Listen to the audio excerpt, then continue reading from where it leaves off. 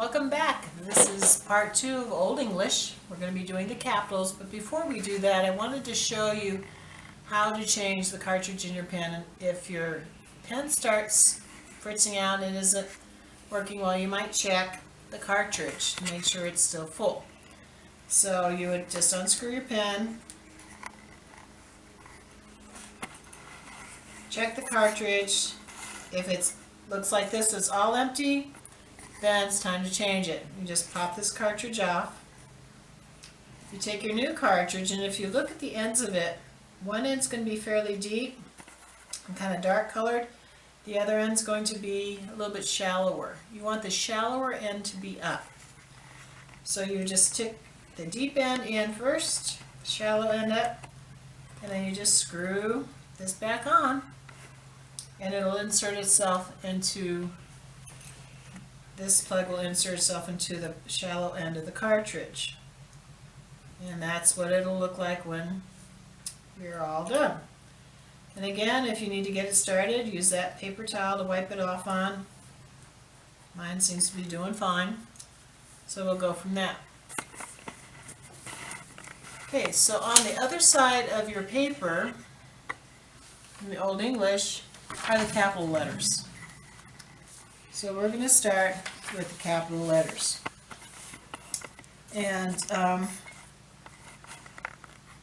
it starts with a serif. Serif is the building block for most of these letters.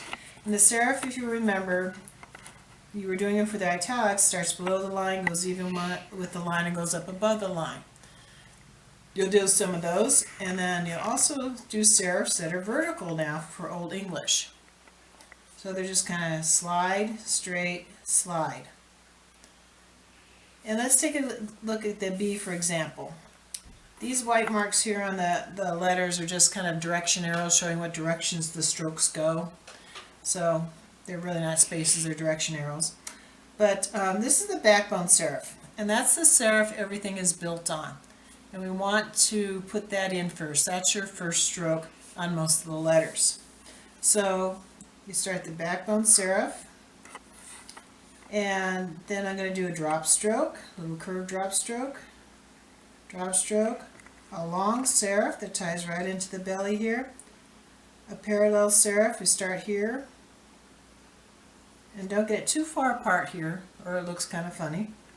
Start of a serif that goes right into your serif, and then another serif right at the top, and you have your B. You're going to be breaking all these letters up into strokes. So one letter might have 10 strokes and one might have 5 strokes. It all depends on the letter. So for example, the A is a slide, and then a skinny slide, and a serif. Start of a serif into a straight line, and then I turn my pen sideways and horizontal for the skinny line that's underneath here. There's several other letters like the N, for example, that has skinny lines down it. And to get those skinny lines, you just turn your pen right up on it, straight up and down, and just pull those skinny lines. You could also do just a kind of a slide, but the line will be a little bit fatter. And that's okay as well. Okay, so I'm going to be demonstrating each of the letters, and then we'll wrap it up from there. So we have your B, we have your A, your C is a curve with a slide, a rooftop serif, a straight serif, and then a start of a serif. Your D, backbone serif, nice curved belly, a check stroke, parallel serif, start of a serif, and a serif. Your E, backbone serif, finish of a rooftop stroke, a serif, a long serif, parallel serif, start of a serif, and a serif. Your F, backbone serif, finish of a rooftop stroke, a serif, and you'll note here it has a flourish on it. You do not have to do the flourish. You can just end it like a serif. If you want to, you can add a little flourish on there. It doesn't have to be as long and skinny as that one. Start of a serif, serif, and a serif. And that's your F. Sorry, that should join there. Your G is just like a C for the start, only you stop here at the bottom. You slide it out and come back in for the belly. And then you do a rooftop and a serif. Your H, backbone serif, excuse me. Finish with a rooftop stroke, parallel serif, start of a serif, start of a serif, a rooftop stroke, straight line, comma stroke, and then a serif. And again, comma stroke, you saw that on the lowercase as well. I'm going to come back over this way. We'll do the I. The I is a serif to a backbone serif, the parallel serif, start of a serif, and then just a check stroke. The J, very similar to the I, serif, backbone serif, parallel serif, start of a serif, and then it's a curve, just a curve stroke. Okay, some people like to make the top of the J a little bit longer too. That's fine if you want to do that. The K is a backbone serif. Finish a rooftop stroke. The box strokes, same as the lowercase. Parallel serif, start of a serif, serif, serif. The L, again, backbone serif, and this is a top curve stroke, a little bit different. You can curve it all the way in if you want, or if you want to, you could just kind of let it hang out there and do a little flourish on the end. That's fine too. Don't want to make it look too much like a P, but parallel serif, long serif, serif, start of a serif. Your M is a serif, backbone serif, and then rooftop stroke, straight line to a serif, rooftop stroke, straight line to a little flip.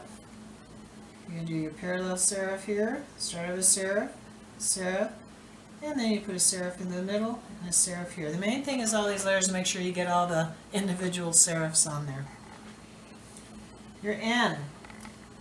Sometimes it's easier to do your diagonal first and then set your pin up. Do your vertical, vertical, your serif, and your serif, and your starter serif. Other people like to do their verticals first, and that's fine, and then put their diagonal in. Serif, serif, start of serif. Either way is fine. Okay, now we're going to go to the next line. And I'm going to turn this paper around so my paper is up close to where I'm working. Okay, the O is just like the C. I'm going to come to a point here, and then I'm going to do a rooftop into a curve, and then a serif, start of a serif, start of serif. Okay, your P, serif, and then the curve, serif, parallel serif, start of a serif, serif. Okay, your O and Q are pretty much the same letter. Rooftop, serif, start of a serif, and then your Q tail, you can have it below or you can have it go through. It doesn't matter. Whatever you prefer, whatever you like. Your R, backbone serif, drop stroke like the B, and comes out to the little leg, little flare there. Parallel serif, serif, serif, serif. Your S. Now this one's tricky. You're going to do a rooftop stroke, and then we're going to do a sideways curved serif down to a check stroke, and then the sideways curved serif falls right there. And this tail, if you want to, you can bring it out a little bit longer. This you could even extend out a little bit longer if you wanted to give it a little more flair. Your T It's a big long serif that angles just a little bit, and then it's almost like a C, but it stops. Then your serif and your start of a serif. Your U, backbone serif, but don't go all the way down. Leave room for your check stroke. Parallel serif, start of a serif, serif, your check stroke, serif, straight line to your tail. Your V is the backbone serif, check stroke, then you're going to come up here and almost like the G, come back over around, and then you're going to have your serif here, your parallel serif, and your start over serif. Just break them up into strokes.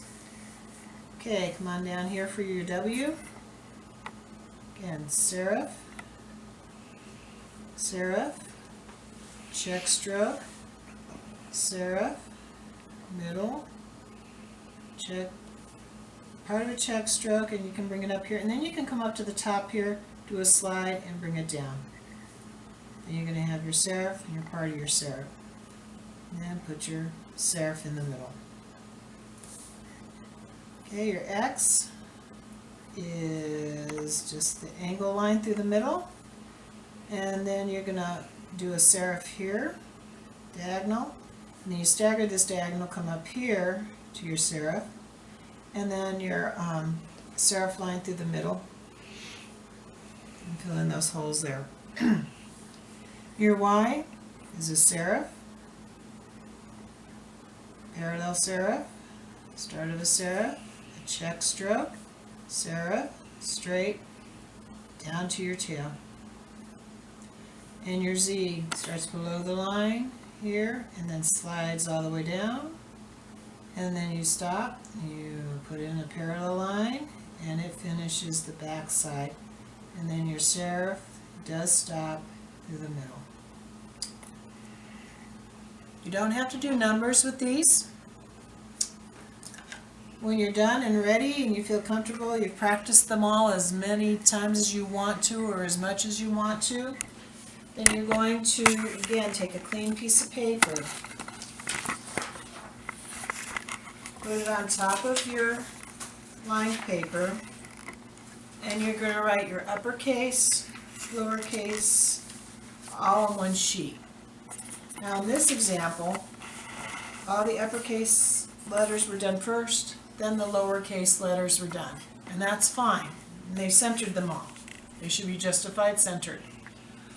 You could also do it the way you did italics if you want to, uppercase, lowercase, and make sure those are all centered. Again, you do not have to do the numbers.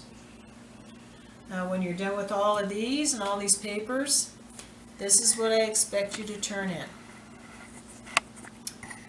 You'll need to be, this is worth 200 points. You'll need to be turning in your pen as well. I'll be receiving that back when you return to school, because I honestly believe, by God's grace, we will be returning back to school. I can't imagine not seeing you guys before the school year ends. But when you come back, we'll talk about what we'll do from there. Pretty much we'll go into our illuminated phrase for your final. And hopefully you'll have all these papers done by then. Again, you can do them as fast or as slow as you need to. Just remember to check in with me every green or gray day, depending on when I had your class. Just say hi, that's all you have to do. If you want to let me know where you're at, you know, you're working on your italic numbers, or you're on your italic uppercase, or you're on your Old English, or you're done, that would be wonderful. But these exercises can get to your neck and back. Take a break every now and then if you need to, and but have fun with it. And then you can start doing some of your homework assignments using italics. That would be fine. But again, questions, make sure you group me and let me know. You also have my email address. Feel free to shoot me an email if you need to. And take care, and we'll see you when we get back.